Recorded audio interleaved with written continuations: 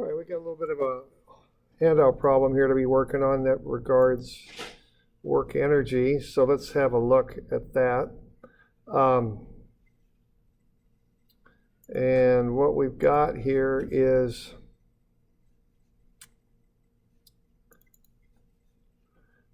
a deal where we have kind of a package handling system that we want to analyze a little bit.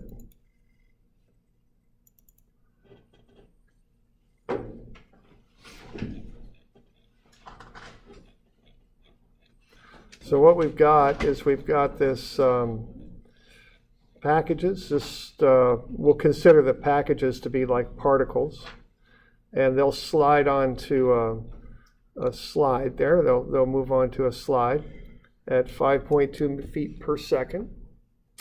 Then they'll go 2 feet across the flat portion of the slide. Then they'll go down a ramp slide. Then they'll go across 5 feet of a horizontal flat slide. And then they'll run into this spring here. So that's the idea. And we're going to want to analyze that. Now, if you're online, what you'd want to do would be to go into Moodle and go to the downloads and go to the homework downloads and come on down here to the ramp problem, page 1 and 2, and open those up. And you'll have a copy of these, okay? So what you'd want to do with this then would be to analyze this thing. Now we've got some constraints on this one. And what we've got for constraints is a couple of things. We've got limited choices we can make for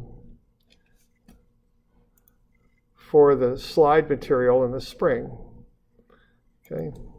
And then we also have the fact that the spring can only compress 3 feet, no more. So our goal here is to pick the cheapest combination that will work, okay?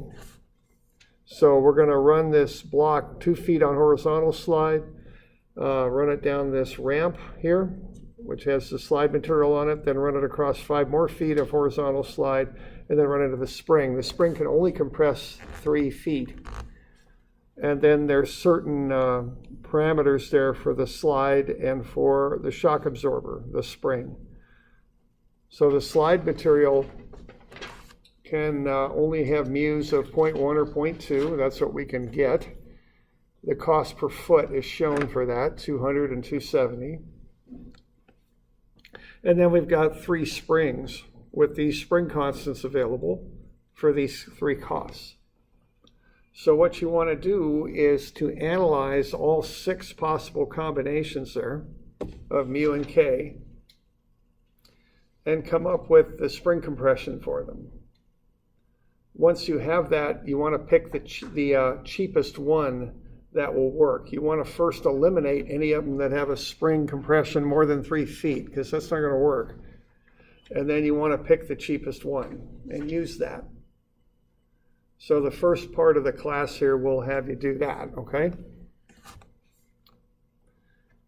Now, once you've done that, what I'd also like you to do is to replace so once you've picked a slide material and a spring off of this list, what I'd like you to do next would be to, let's take the spring out and let's just use a drop box.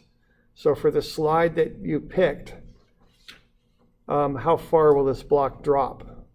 So how low are you going to set this opening in the drop box so the block will go into the box properly? Okay?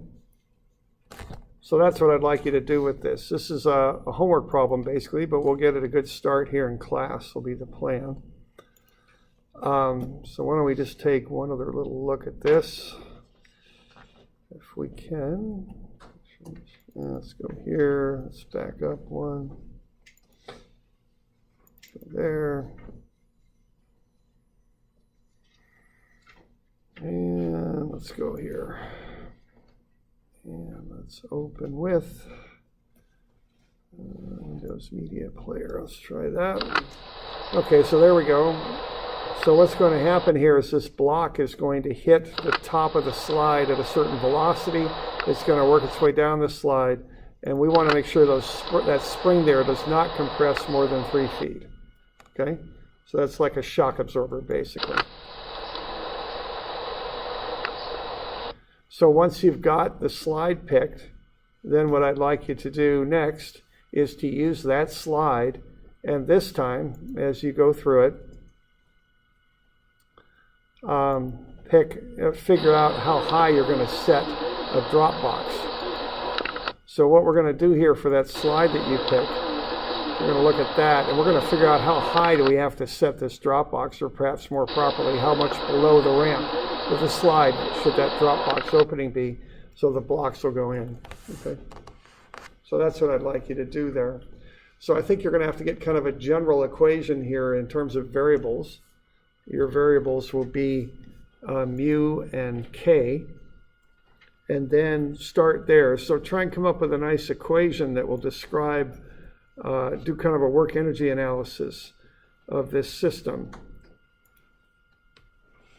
And your variables will be, as I say, mu and k.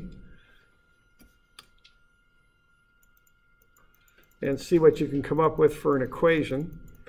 What I'd like you to do also is generate either something out of MATLAB or a spreadsheet that kind of fills this thing in with mu and k, and we'll get you S. So see what you can do to come up with a general equation for this thing. And I do think this is a work energy type problem. You're okay with that, because we've got change in elevation, we've got springs, we've got distances and all that, and that's an indication that you want to go work energy with it. That'd be my inclination on that anyway. Do we got any questions on this one? Are we given the spring's equilibrium point where it's not compressed? Or the way it says right there, it's 3 feet. Yeah, yeah, right, because it's just sitting there, so the Yeah. unstretched length of the spring is 3 feet. Okay. Right. Okay. All right. All right. Okay, so we're good now. Find some people you can work with. These usually go a little better if you got some people to kind of bounce ideas off of and work together with. So see who you can find on that. If you got questions, let me know as we're working through, and we'll kind of get through this thing. I'll probably pause the recording because there'll be a lot of silence, I think, as people are working through this. So those of you online, give this a run, and then you can start the recording up again as we kind of give advice and talk about it a little bit. I'll just start it up again as we do that, okay? So this is a homework problem. It'll be due with the others on a week from Friday, okay?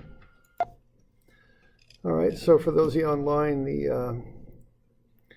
energy coming in, we're just kind of checking in on that to make sure everyone's off to a good start there. That ought to be about 413.44, I think. And you might have some rounding differences, we're not too worried here. All right. And then now you're going to do the work next, okay? So just account for the fact you got a ramp there. It's an angle, so that's going to affect the friction, which is the source of the work on this one. So again, what you want to be doing is writing out kind of a general equation in terms of mu and k and solve for S. And then you can, with a spreadsheet or MATLAB or something, I'll have you just plug in the mu's and the k's and kick out S and see what you got. And then take the one that's, or eliminate any that are above 3 feet, and then cost them out and pick the cheapest one that's has an S less 3 feet or less, okay? So that's what we're up to. All right, so when you did that energy coming in, you ought to come in at about 413.44, and then look at the work. That'd be the next thing to be doing. Okay. So what we're looking at here is the maximum spring compression, right? So what's the velocity at maximum spring compression? Yeah, okay. You all good with that? That box is going to come in, hit that spring, slow down, down, down at maximum spring compression, velocity 0, okay? So it's all kind of Everything's going to be in spring energy at the last step there of part 1. Okay. So when you're totally compressed there, V is 0 right there. Okay.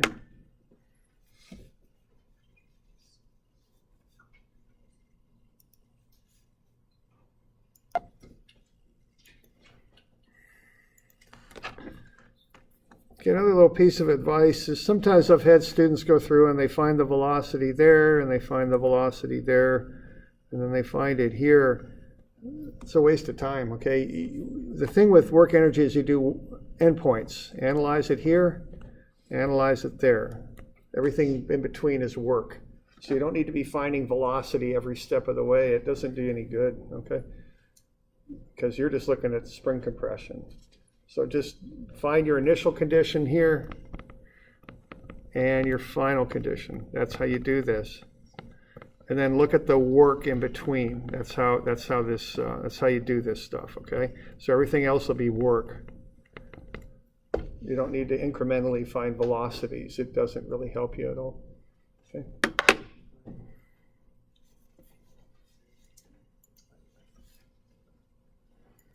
Okay, so the deal on this is you want to find your initial energy, and as I think most of you have it, that's potential energy plus kinetic, right? Here, all the energy is just in spring energy because you've compressed the spring. Okay? And you're at maximum spring compression. When the spring compression is maximum, the velocity is 0. So what this thing would boil down to would just be, PE1 plus KE1 at the top of the ramp minus the work. And that's going to be 3 pieces of work. You're going to have it right there, 2 feet of that, then you're going to have this hypotenuse distance, and then this piece. So there'll be 3 work terms to combine, and they're all just functions of mu, so you can get a total one, you can boil that down to 1 term. And then that's going to equal the spring energy at 2. Okay? And so what you're going to have for variables is here you'll have K and S, so that's 1/2 KS squared. This will be a constant times whatever mu is, and then you've got, these are numbers, you know that's about what, 413.44? So it's going to look something like that, okay? Minus some constant times mu, and that'll equal such and such, okay? So get an equation put together like that. And then when you have that, you can plug in the 6 combinations of mu and k. And S will then be the thing you solve for each time. Just make sure S is not greater than 3. If it's greater than 3, eliminate it and work with the others. Is that clarifying things? Okay. Yeah, and again, I teach this class a few times, so I see kind of patterns. And a lot of times people want to find velocities every step of the way, but with work energy, there's no need to do that. You just make it all a work term between the initial condition and the final. It's all work that you're looking at. It's the most efficient way to do it. Okay.